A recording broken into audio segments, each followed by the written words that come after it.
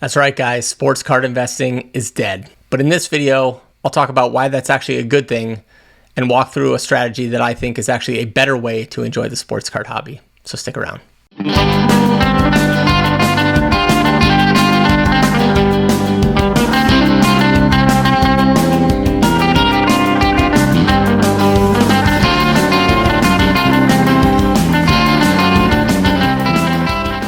All right, welcome back to the channel. Welcome to this edition of Sports Card Investing is Dead.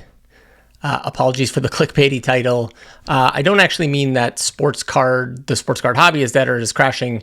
More just that the idea of, quote unquote, investing as we know it is gone. But more importantly, why I think that's a good thing, both in terms of just overall enjoyment of the hobby, but also how we can take advantage. And I'll get into that in further detail. So without further ado, quick flashback to August 2020. Anybody in the soccer card market will recognize this card, the Kylian Mbappe Panini Prism 2018.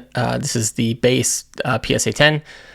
So from the beginning of 2020, you can see this card went from, almost, nothing to a couple $100. Then it popped up over 500 in May, hung out around $500. And then in July, August timeframe, it just absolutely exploded with, it looks like a peak sale somewhere in the neighborhood of $2,800. So this was right around the time there was a massive hype in sports cards. During the pandemic, all base cards were considered liquid. You would watch YouTube channels and they would tell you to invest in base because, there's so many of them that it's easy to get in and out of. And I think in theory, there's maybe some truth to that, but the trends that we're seeing here obviously weren't sustainable. And card prices were just going up. And so what this meant was, the idea here was basically that you could buy a card, and if you just bought the right player, or you bought the right player ahead of some hype event, then you would just hold that player and then cash in on this hype event because, of course, there was going to be a whole mass of people waiting to buy his cards after the hype event. And companies were even created to sell tools that basically allowed you to do exactly this, like how are cards trending, which cards are, have been down in the last 30 days, etc. And this isn't a knock on those tools. This is more just a testament of like the time where everybody was getting into sports cards. There's a demand for this type of data, and, companies literally built themselves off that demand. It was really just about like identifying the right cards, getting into them before the masses did. And so that's kind of where we were in August of 2020. Obviously, we know how this played out. We peaked in August of 2020. We had a massive correction, another sort of mini peak in the beginning of 2021, back up to $1,200, and then basically just down with a couple blips here, but mostly down through today, where this card is, valued at $169, which it last sold at 3 days ago as of the time of recording. Obviously, today we know that even though there are a lot of base cards, base is pretty well understood as like not necessarily as desirable. Obviously we know a lot more today than we did back in 2020. And the card ladder indices will, they'll show the same thing. So percentage change over the past year, you can see football, soccer, basketball, as well as I did the high end, low end, mid end. They're all down pretty significantly over the past year. The far right column here that I'm covering up a bit is the percentage change. So they're all down anywhere from 25 to 50%. And the past 3 months, it's pretty much the same story. And then the past 1 month, it's kind of the same story down, with soccer leading the way in the past month. And so basically what I'm saying here is that since the hype and the mania of the pandemic and the sports card boom, it's been near impossible to create value simply by just buying and holding sports cards. I'm not saying there aren't examples where you bought a card and it went up in 3 months, or, you quote unquote invested in a player and were able to flip it for profit. I realize that stuff can still happen, but it's not happening for everyone. And today I want to talk about a way to participate and enjoy the hobby that theoretically could be for everyone. And so this idea of basically like sports card investing is done. Like we're not, When I first entered the sports card hobby, I thought it was awesome that I could buy sports cards of players that I thought were good or undervalued. And then as they performed better, they would go up and then I could sell them for a profit. And I felt like a genius. But really, I think the best example is, Patrick Mahomes in football. This guy, since the sports card hobby boomed, he's won 2 Super Bowls. He's already one of the best quarterbacks of all time. And his cards keep going down. And most of that is just because it's, there's the macro environment, there's, people exiting the hobby. It's not all based on player performance or buying the right players. A lot of it's also based on just, simple things like supply and demand. So if we remember supply and demand, on the left here is basically what I would call like a steady state, where you have your demand curve right here, you have your supply curve right here, where supply meets demand. That's basically the equilibrium price for any, good or service. So in this case, a sports card, if the demand for Kylian Mbappe PSA 10 base prisms is this and supply is this is basically going to be your equilibrium price. The only way that price goes up or down is if demand increases or decreases or supply increases or decreases. So here's a quick sort of example. Back in 2020, let's say the P1 was the Kylian Mbappe price.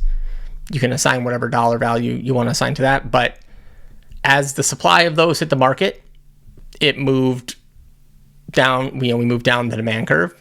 But then as people sort of went broke or exited the market or were just disinterested in chasing the hype of Kylian Mbappe cards, the demand also decreased on these cards to basically a new price point, which is obviously lower than that price point. That's basically what happens in any market, but that's definitely what happened in the sports card market, where people flooded in, there was more supply, and at the same time, more people were grading cards. So like graded cards flooded the market. And then over time, the overall demand of people in the market waned. People weren't chasing the hype anymore, and then prices have gone down. And that's basically why we're seeing prices continue to trickle down, especially on base cards. It's basically this dynamic kind of continuously happening over time. So what that means is I strongly believe we're in a very good collector's market. Prices are kind of coming back to post-pandemic lows and continuing to drop. And basically Grails, other highly desired players and sets have seen major corrections. And what that is doing is it's providing price points on some of these cards that we have not seen. Most of us, especially people like myself who didn't really, get back into the hobby until during the pandemic, we haven't even seen these prices on a lot of these cards ever, because we weren't in the last time prices were this cheap, we weren't in the hobby.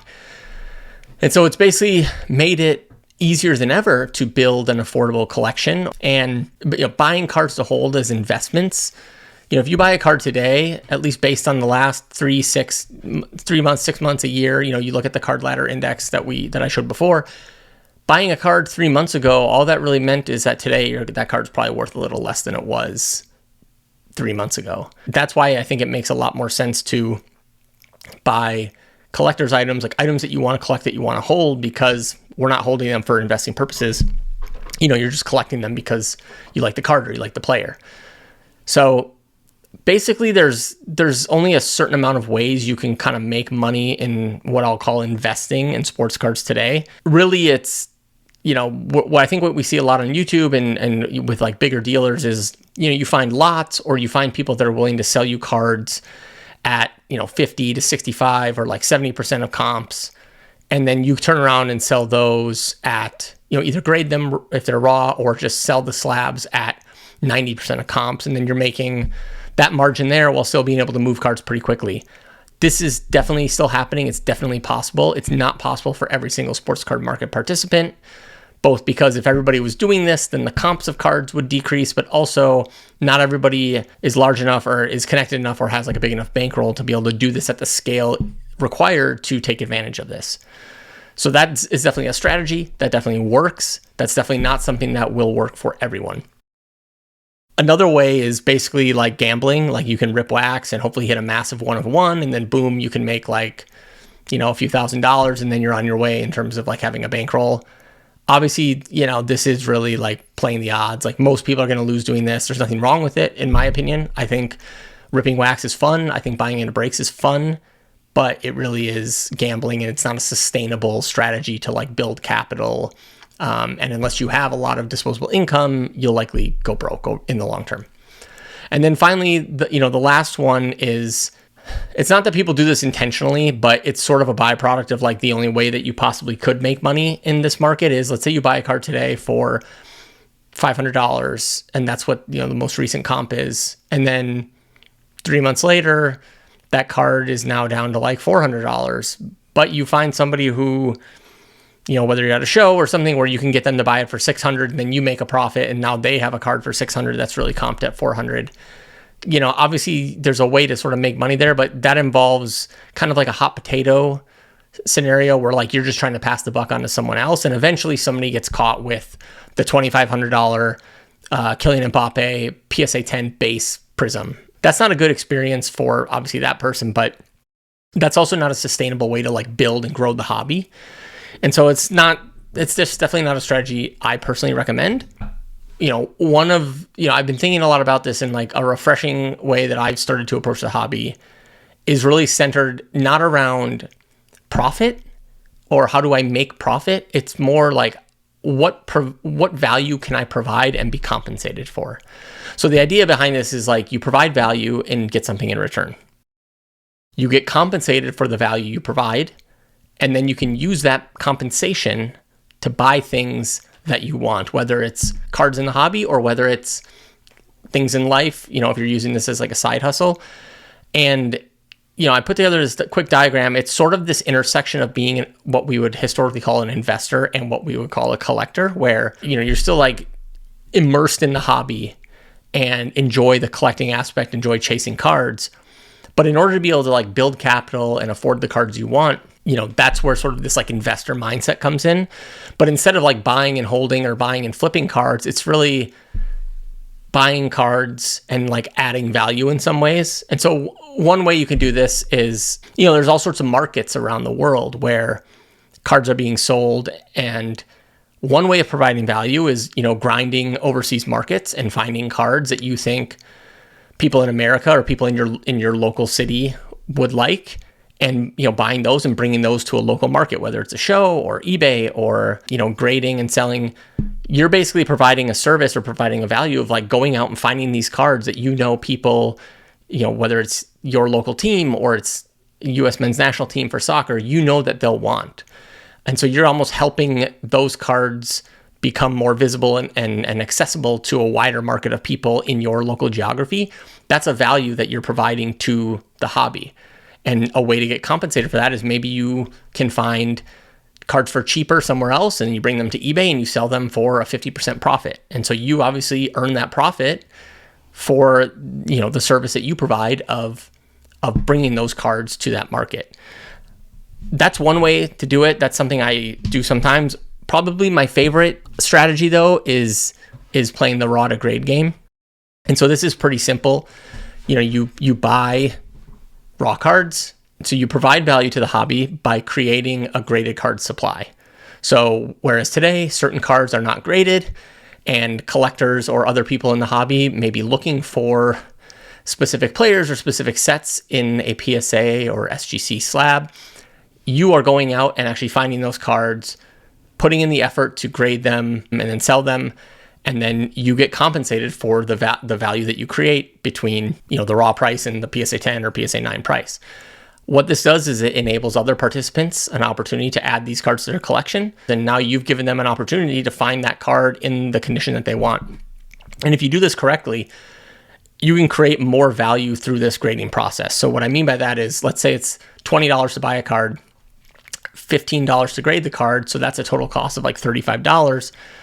In many cases, that card could sell as a PSA 10 for $100. And now you've basically created $65 of value. Even as a PSA 9, if it sells for above $35, you're still creating some small value there. And that value accrues in the form of profits that come back to you after you sell those cards. And then you can use those profits to either buy more cards to continue the flywheel and grade more and more and more, or you can invest them into cards for your collection. And you can just kind of rinse this and repeat. And eventually over time, you can build a bankroll. You can grade more cards. You can sell more cards. Maybe you can afford bigger cards for your collection. Basically what I'm saying is that if you do this correctly at scale, you can effectively pay for your own collection without dipping into too much of your own personal discretionary income. Obviously, you will need money to get this started. Like you obviously need money to buy cards, you need money to grade cards, but you can use that initial investment to build up money that then enables you to do this at a bigger scale. I put some logos here of just some accounts that I know of on YouTube that I think talk about this or do this in a really interesting or unique way. Obviously, James Cards FC, who's been on the channel, I know does a ton of ROTA grading and talks about it a lot on his channel. And as I understand, has a pretty sweet collection of certain players that maybe he'll share with us someday. Another channel that I know of is Carlson Cards, who his channel is a lot of just PSA reveals and talking through his process of grading 100 cards, using the PSA 10s to pay for the order and pay for the cost of the raw cards, and then using that profit to effectively pay for some of the really big cards that he's grading that he can then add to his collection. And then obviously myself on this channel, I have a Grail Quest bankroll challenge where I basically started with $1,000 and am trying to create value and build up a big enough bankroll to afford a Lionel Messi rookie card. So this is definitely something that people are doing. It's definitely, I think, for me, it's been a really rewarding and enjoyable way to be a part of the hobby. I don't feel like I'm just like flipping pieces of plastic for money. I feel like I'm really learning about the hobby. I'm interacting with a bunch of people in the hobby. And then, I get to just have fun, grading cards, creating content, showing what I'm grading, showing the results. And it's just been a really fun and enjoyable and just rewarding strategy that I think can be repeated by a lot of people. Like all you really need to do is just find cards that you like, grade them, and then sell them and keep what you want and sell what you don't want. And, if you're smart about what you buy, you can, like I said, you can make a profit. So here's how it works. Simple example. I know I've kind of beat this to death, but just give me a minute here. So let's say you buy 20 cards for $10 each. So that's $200. Then you grade them for $19 each, which is the current PSA level. So that's $380. So right there, you're in for a total cost of $580. Obviously, when you're buying cards for grading, you're aiming for more PSA 10s than anything else. And let's say in this example, a PSA 10 of this card that you bought for $10 sells for $50 and a PSA 9 sells for $25, meaning you need to get PSA 10s to make money, and any PSA 9s you're going to lose a little bit, which is pretty accurate in terms of like how it is today. So let's say you aim for 12 PSA 10s and 8 PSA 9s. That's a 60% gem rate. That's good. That's not impossible by any means. And the 12 PSA 10s would net you $600 of sales, and the 8 PSA 9s would net you $200 in sales. Obviously, there's fees involved in this. This is a high-level simplification, but in this example, your total proceeds are now $800. Your total cost was $580, and now you've basically created $220 of value just by buying these 20 cards for $10 each and grading them. Obviously, there's a lot that goes into this. You need to be picking the right cards. You need to be disciplined in what you grade and what you don't grade, because you don't want to spend $19 on a card that comes back a PSA 8, because then you're really going to lose money. But this is just an example of how at scale, like imagine if instead of buying 20 cards, you're buying 200 cards. And instead of $10 each, maybe they're $100 each. Like if you can really build up a big enough bankroll to grade a lot of cards, and you're good about what you pick and you're disciplined about what you send in, you can create a lot of profit that then you can use to pay for cards that you want, or at least cover the costs of everything that you've graded.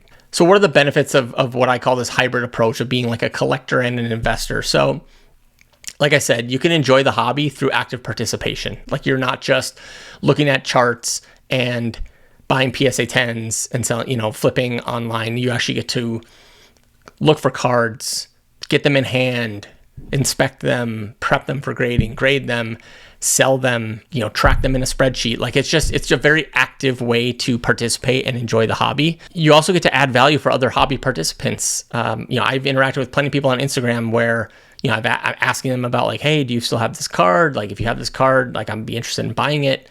I've also sold cards on Instagram where it was just kind of cool to connect with another member of the hobby.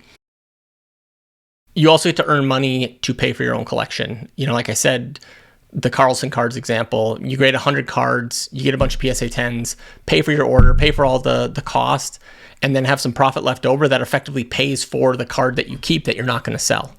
If you can make all your money back and then some, and still have like 5 cards that you graded, you then have the option to just keep those cards in your collection because they're basically already paid for, and you don't have to worry about being, in them for thousands of dollars or whatever it is.